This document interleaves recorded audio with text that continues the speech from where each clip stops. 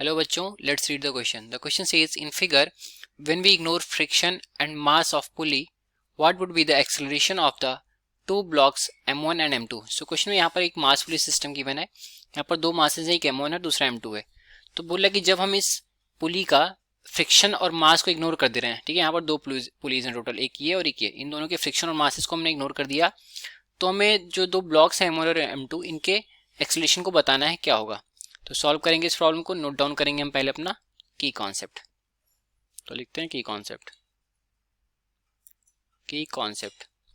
तो यहाँ पर जो हमारा की कॉन्सेप्ट यूज होगा वो न्यूटन्स लॉ यूज होगा. ठीक है, न्यूटन सेकंड लॉ. इसकी हेल्प से हम इसको सॉल्व करेंगे. तो लिखते हैं Newton's second law. Newton's second law. तो ये क्या कहता है कि अगर किसी बॉडी में प्रोड्यूस्ड एक्सेलरेशन ए है तो उस पर एक्ट करने वाला जो फोर्स होगा F इज इक्वल टू ये एम ए होगा. एम हमारा यहाँ पर मास ऑफ द बॉडी हो गया, ए हमारा acceleration produced in that body हो गया, और ये F हमारा उस पर लगने वाला फोर्स हो गया. यहाँ पर हम नोट डाउन कर लेते हैं. ए इज इक्वल टू क्या हो गया, एक्सेलरेशन ऑफ बॉडी हो गया, एक्सेलरेशन ऑफ बॉडी, एंड ये स्मॉल एम है तो small m is its mass. ठीक है, ये हो गया हमारा न्यूटन्स सेकंड लॉ. अब आते हैं हम प्रॉब्लम पर, और इस प्रॉब्लम का एक फ्री बॉडी डायग्राम बनाएंगे. फ्री बॉडी डायग्राम बेसिकली किसी भी सिस्टम में टोटल एक्ट करने वाले फोर्सेस को रिप्रेजेंट करता है.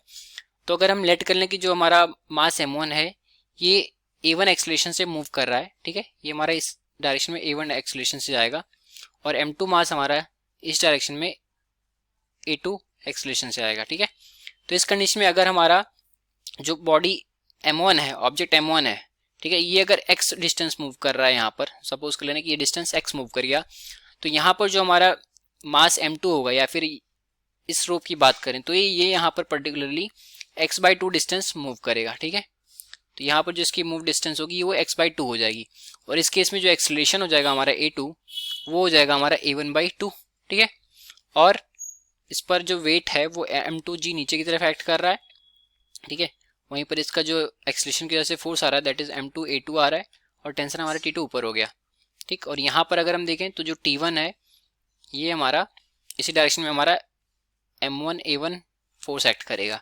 ठीक, वहीं पर अगर हम देखें तो जो t2 है t1 प्लस t2 के बराबर है. तो हम लिखते हैं इक्वेशन ऑफ फोर्स, राइटिंग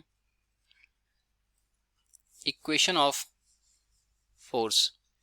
तो पहला अगर हम देखें तो जो t2 है ये कितना हो जाएगा, 2 टाइम्स ऑफ t1 के बराबर है फ्रॉम द FBD, और जो हमारा a2 एक्सेलरेशन है वो a1/2 हो जाएगा. ठीक है, क्यों, क्योंकि हमारा जो ये सेकेंड वाली पुली है वो x/2 डिस्टेंस, मतलब हमारा जो मास m2 है ये x/2 डिस्टेंस मूव कर रहा है. ठीक है, मूवमेंट ऑफ m2. ठीक है, ये हमारा एक्सेलरेशन हो गया, और ये पहली इक्वेशन हमारी हो गई. दूसरी इक्वेशन अगर हम देखें तो पहले ब्लॉक के लिए अगर देखें तो जो t1 है वो हमारा m1a1 के बराबर है, क्योंकि हमारा m1g जो होगा डाउनवर्ड एक्ट करेगा, और इसके जस्ट सेम अमाउंट में हमारा रिएक्शन फोर्स एक्ट करेगा जो कि ऊपर की तरफ होगा. तो दोनों एक दूसरे को बैलेंस कर जाएंगे. तो इस पर एक्ट करने वाला फोर्स हो गया t1 is equal to m1a1, equation number 2. और अगर तीसरी इक्वेशन यहाँ पर नोट डाउन करें फॉर ब्लॉक 2, ठीक है, तो ब्लॉक 2 के लिए जो हो जाएगा हमारा वो क्या होगा, m2g हमारा नीचे की तरफ एक्ट कर रहा है, minus t2 is equal to m2a2 हो जाएगा. ठीक है, ये इक्वेशन नंबर 3 हो गई. अब इसमें हम सारी वैल्यूज को पुट करते हैं.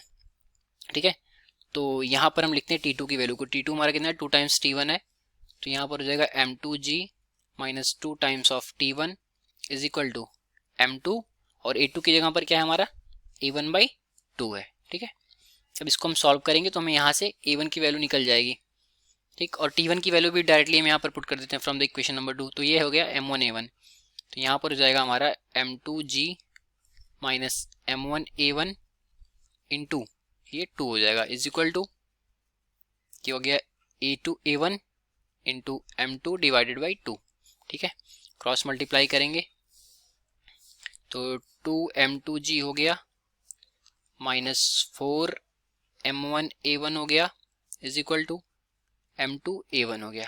ठीक है, अब यहाँ से a1 की वैल्यू निकाल लेंगे तो ये हो जाएगा 2m2g is equal to a1 ले लेंगे कॉमन, तो यहाँ से हो जाएगा हमारा m2 प्लस 4m1. ठीक है, तो अब यहाँ से हमारी ए की वैल्यू निकल जाएगी। तो A1 इज इक्वल टू हो गया हमारा m2g into 2 divided by m2 plus 4m1, ये हो गया हमारा acceleration of the block m1। अब इसकी वैल्यू को हम रख देंगे इसमें, ठीक है। तो A2 की वैल्यू निकल जाएगी, therefore A2 is equal to, इसका जस्ट 1/2 है तो 1/2 करेंगे तो 2 से 2 कैंसिल हो जाएगा, तो बचेगा m2g divided by m2 plus 4m1, ठीक। ये हमारा acceleration of the block m2 आ गया। तो इस तरीके से हमने दोनों ब्लॉक्स के एक्सलेशन को निकाला with help of the free body diagram. तो ये रहा हमारे इस क्वेश्चन का correct solution. I hope you understood it well. Thank you.